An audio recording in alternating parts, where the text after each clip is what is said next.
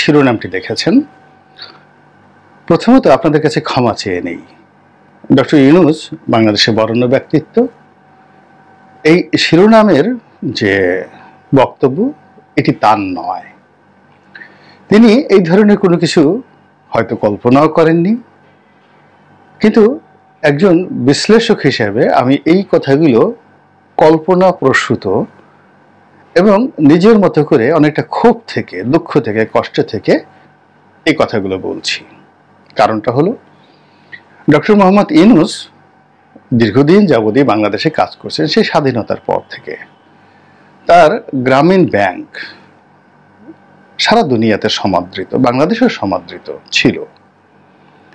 তারপর তার গ্রামীণ ফোন, তিনি গ্রামীণ ফোনের মাধ্যমে বাংলাদেশে এই যে মোবাইল টেকনোলজিটিকে যেভাবে সহজলভ্য করেছেন, সাধারণ মানুষের মাঝে নিয়ে এসেছেন, এটি কেবল বাংলাদেশ নয়, পুরো এশিয়ার মধ্যে একটা বিপ্লব। এবং গ্রামীণ ফোনের জন্য বিশাল একটা ইনভেস্টমেন্ট তিনি, যে নরওয়ের কোম্পানি টেলিনর, বিশ্বের সবচেয়ে নামকরা কোম্পানি, তো সেই টেলিনরকে তিনি বাংলাদেশে যখন এনেছেন তখন ভারতেও কিন্তু টেলিনর যায়নি। তো এই এত বড় বিশাল যে কাজ, তার যে মেধা, তারপরে গ্রামীণ নাম দিয়ে অনেকগুলো প্রতিষ্ঠান তিনি করেছিলেন, সবগুলো ইউনিক ছিল। সেই গ্রামীণ চেক বলেন, গ্রামীণের নামে হয়তো একটা গার্মেন্টসও ছিল। তারপরে তিনি গ্রামীণ ফুড তৈরি করেছিলেন, সেই ফ্রান্সের একটা খুব বিখ্যাত কোম্পানি ড্যানন, তার সঙ্গে একটা যৌথ উদ্যোগে। তো অনেকগুলো প্রকল্প হয়তো বাস্তবায়িত হয়নি, ভালো করেনি, কিন্তু তিনি অ্যাজ এ হোল কম্প্যাক্টভাবে ব্যবসা বাণিজ্য থেকে শুরু করে সব ক্ষেত্রে এমন বিস্ময়কর প্রতিভার পরিচয় দিয়েছেন, যেটি বাংলাদেশে প্রথম, এর আগে কেউ কখনো করেনি। গ্রামীণ নামটাই তিনি একটা ব্র্যান্ডে তৈরি করে ফেলেছেন ওয়ার্ল্ড ওয়াইড। গ্রাম বলতে কাঁচা পায়খানা, যেটিকে টাট্টি বলা হয়, গ্রাম বলতে পাড়ার বুড়ো থেকে শুরু করে যারা বাচ্চা পোলাপান একসাথে পাট খেতে গিয়ে, আখ খেতে গিয়ে, ধান খেতে গিয়ে, কিংবা খালের পাশে বসে কাপড় উঁচু করে মল ত্যাগ করে সেই ভারতের লোকজনের মতো, এটাই গ্রাম বলতে যে বোঝাতো 70-এর দশকে, 80-এর দশকে। যেখানে সেখানে পা দিলে পায়খানায় মধ্যে পড়ে পা নষ্ট হয়ে যেত, এবং ডেইলি এভাবে কাপড় চোপড় নষ্ট হতো কত মানুষের, দুর্গন্ধ, রোগ বালাই, জীবাণু, সেই খুজলি, পাসরা, এগুলো বলতে গ্রাম বোঝাতো। সেই গ্রামের যে গ্রামীণ শব্দটি, এটি যে কারো মাথার তাজ হতে পারে, প্রশংসা হতে পারে, এটি ডক্টর ইউনূসের মাধ্যমে এসছে, এবং তিনি সেই সম্মানটা জনগণের কাছ থেকে তিনি পেয়েছেন। কিন্তু তার কপাল পুড়ল কবে? যেই দিন থেকে তিনি নোবেল পুরস্কার পেলেন, এটা হলো প্রথম। আর কিছু লোক তাকে খুব অ্যাডমিনিস্ট্রেটর বানানোর জন্য তত্ত্বাবধায়ক সরকারের স্থান দিল, কিছু মানুষ তাকে প্রধানমন্ত্রী হিসেবে পাওয়ার জন্য এগিয়ে এলো। এবং এই ভদ্রলোক মানুষ বেসিক্যালি একজন কবি, বেসিক্যালি একজন উদ্ভাবক, একজন বিজ্ঞানী, একজন অর্থনীতিবিদ।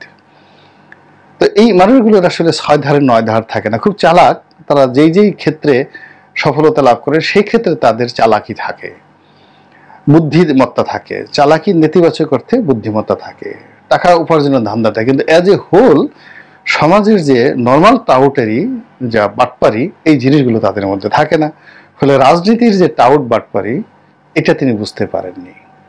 আর নোবেল পুরস্কারটিকে তিনি যেভাবে ম্যাটেরিয়ালাইজ করে সারা দুনিয়াতে নিজেকে সেই পরিচিত করেছেন, এটির বাংলাদেশের মানুষের মধ্যে যে হীনমন্যতা তৈরি করতে পারে, এটাও তিনি কাউন্ট করতে পারেননি।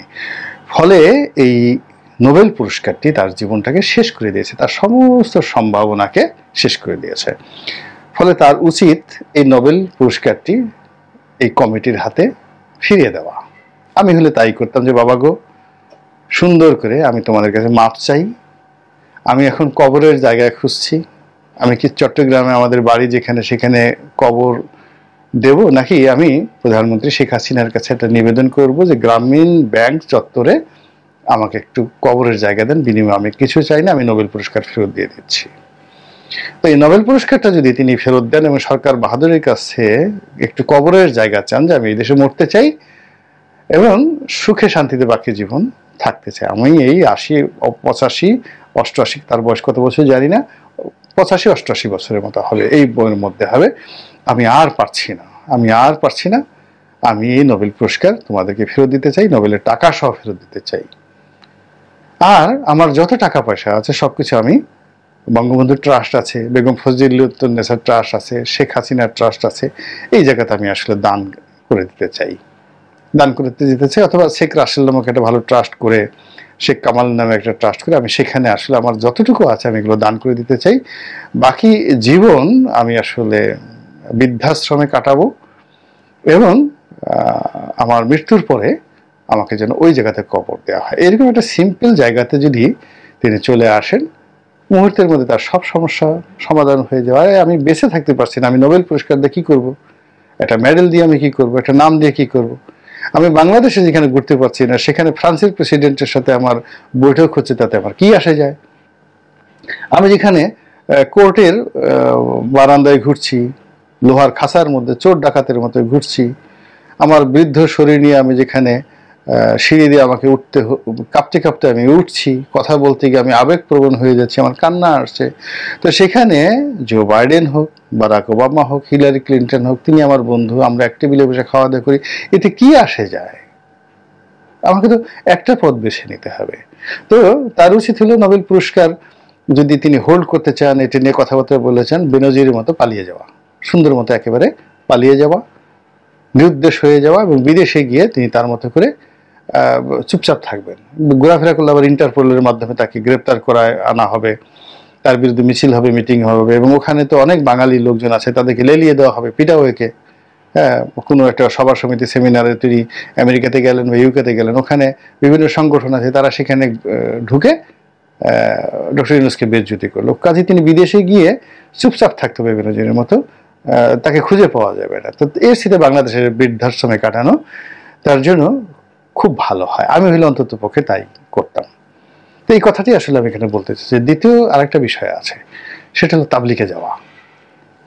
বাংলাদেশে অনেকগুলো ইসলামী সংগঠন আছে, তো তার মধ্যে তাবলিগে যারা যান মোটামুটি তাদেরকে বিতর্ক কম, এখন যদিও দুটো গ্রুপ হয়ে গেছে, 7 গ্রুপের এককালই ওই তাবলিগ জামাতের যে বাৎসরিক মাহফিলটা হয় সেটাতে টঙ্গীতে যেটা হয় বিশ্ব ইজতেমা, এই সময়টাতে একটু গন্ডগোল হয়, আর মাঝে মধ্যে দু একটা জায়গাতে গন্ডগোল হয়। এছাড়া আসলে অন্যান্য যেমন আপনি লালবাগ মাদ্রাসা বলেন, হেফাজত বলেন, সব জায়গাতে মারামারি কাটাকাটি খুনাখুনি পর্যন্ত, অনেকে তো বলে আহমেদ শফি সাহেবকে মেরে ফেলা হয়েছে, তো তাদেরই দলের বিভিন্ন লোকজন বলার চেষ্টা করেন, তো এখানে অনেক মারামারি কাটাকাটি হয়। তো সেই তুলনায় 7 গ্রুপ এবং জুবাইর গ্রুপ এরা যে মারামারি করেন এটা খুব উঁচু পর্যায়ে, কিন্তু এর বাইরে দাওয়াতি পর্যায়ে যেখানে রয়েছে সেখানে সরকার মানে তাদেরকে যে ছাড় দিচ্ছে এখনো পর্যন্ত, যেটি বাংলাদেশের অন্য কোন ইসলামিস্ট গ্রুপে তাদেরকে সেই ছাড়টা দেওয়া হয়নি। তারা ওয়াজ করেন, মাহফিল করেন খুব অল্প, কিন্তু মসজিদে বসে বসে আল্লাহ বিল্লাহ ধ্যান করেন। তো সেই ক্ষেত্রে এরকম একটা সংগঠনের সাথে যদি ডক্টর মোহাম্মদ ইউনূস জুড়িয়ে যান, তিনি 40 দিনের একটা চিল্লাতে যান, প্রথমে বাংলাদেশে গেলেন, ঘোরাফেরা করলেন, এরপর এদের কিন্তু অনেক আন্তর্জাতিক চিল্লাও রয়েছে, এবং আন্তর্জাতিক চিল্লাতে যান এবং তিনি যেভাবে ইংরেজি বলতে পারেন, যেভাবে হাসতে পারেন, এবং মুখে যদি তিনি সুন্দর দাড়ি রাখেন, তাহলে তার যে পরিচিতি এটা জাকির নায়েকের চেয়ে বেশি হয়ে যাবে এবং পুরো পশ্চিমা দুনিয়া অবাক হয়ে যাবে। তাবলিগে তিনি যোগদান করলেন এবং তাবলিগের আমির হয়ে যাবেন, একটা সময় তিনি সারা দুনিয়ার আমির হয়ে যাবেন, এবং তাবলিগের আমির যদি তিনি হতে পারেন কিয়ামত পর্যন্ত তিনি সকলের দ্বারা প্রশংসিত হবেন। চিন্তা করুন তো, ডক্টর মোহাম্মদ ইউনূসের গোলগাল যে সুন্দর একটা মুখ রয়েছে, সেখানে লম্বা দাড়ি, সাদা ফকফকে দাড়ি, একটু লম্বা চুল, তার উপরে মাথায় একটা সুন্দর পাগড়ি, তারপরে কালো রঙের, একেবারে কালো রঙের সফেদ সেই সৌদি আরবের যে জুব্বা, সেই জুব্বা, শরীরে তিনি আতর মাখছেন, চোখে তিনি সুরমা মেখেছেন, হাতে তার লাঠি, তিনি তাবলিগ জামাতের এই শত শত নেতাকর্মীদেরকে নিয়ে রাস্তায় গেলেন, মসজিদে গেলেন, বিদেশে গেলেন, এয়ারপোর্টে গেলেন, মানে লোকজন তো প্রথমে এসে কেউ তার হাতে চুমো খাবেন, কেউ তার পা ধরে সালাম করবেন, এবং তাকে নিয়ে যদি কেউ কোনো টু শব্দ করে, নেতিবাচক টু শব্দ করে, রীতিমতো দাঙ্গা শুরু হয়ে যাবে, রীতিমতো দাঙ্গা শুরু হয়ে যাবে। এবং এই কাজ ইউনূস সাহেবের যে মেধা এবং যোগ্যতা, তিনি এখন যেভাবে ফিফার পক্ষে দিচ্ছেন, মানে বিশ্বের যে ফুটবল ফেডারেশন সেখানে দিচ্ছেন, স্পোর্টস অঙ্গনে দিচ্ছেন, সামাজিক ব্যবসায় দিচ্ছেন, এই মেহনতটি যদি মাত্র 10 ভাগের 1 ভাগ তিনি তাবলিগ জামাতে যান, বিশ্বাস করেন তার মতো হুজুর কেউ হতে পারবে না। আটরশি ফেল, মানে সব চরমোনাই ফেল। তিনি যদি ওরস মোবারক করতে চান, তো গরু বাংলাদেশের, মানে গরুর গাবতলির বাজারে একটা গরুও থাকবে না, সব তার দরবারে চলে যাবে। তিনি যেখানে দরবার খুলে বসেন না কেন সেখানে। তিনি যদি বলেন যে না, আমি পীর হব না, আমি জিকিরের একটা মাহফিল করব, বা আমি ধর্ম প্রচার করব, আমি ওয়াজের একটা মাহফিল করবো, তার ওয়াজ শোনার জন্য সাইদি সাহেবের ওয়াজে আর কত মানুষ আসতো। তিনি ইংরেজিতে ওয়াজ করবেন, বাংলাদেশ ইংরেজিতে ওয়াজ করবেন, এবং এগুলো আল জাজিরা, CNN, BBC এগুলো সব লাইভ টেলিকাস্ট করবে। সৌদি আরবের বাদশা তার সঙ্গে বাংলাদেশে দেখা করতে আসবে, বাদশা সালমান আসবে, সৌদি আরবের যিনি খতিব রয়েছেন তিনি আসবেন, আল আজহার বিশ্ববিদ্যালয়ের যিনি চ্যান্সেলর রয়েছেন তিনি আসবেন, যেখানে যাকে বলা হয় আল আজহারের সবচেয়ে বড় ইমাম, গ্র্যান্ড ইমাম, যিনি প্রেসিডেন্টের সমপর্যায়ের ক্ষমতা সম্পন্ন, তিনি দেখা করতে আসবেন ডক্টর ইউনূসের সঙ্গে। আমার যদি ডক্টর ইউনূসের মতো বয়স থাকতো, তার মতো টাকা থাকতো, তার মতো এরকম অবস্থা থাকতো, বিশ্বাস করেন আমি মুহূর্তের মধ্যে এই সিদ্ধান্ত নিয়ে ফেলতাম যে আমি তাবলিগ করব এবং দিনের দাওয়াতে কাজ করব। এখন আমার এই বক্তব্য ডক্টর ইউনূসের কাছে পৌঁছাবে কিনা আমি জানি না, এবং তিনি আদৌ এই কাজ করবেন কি করবেন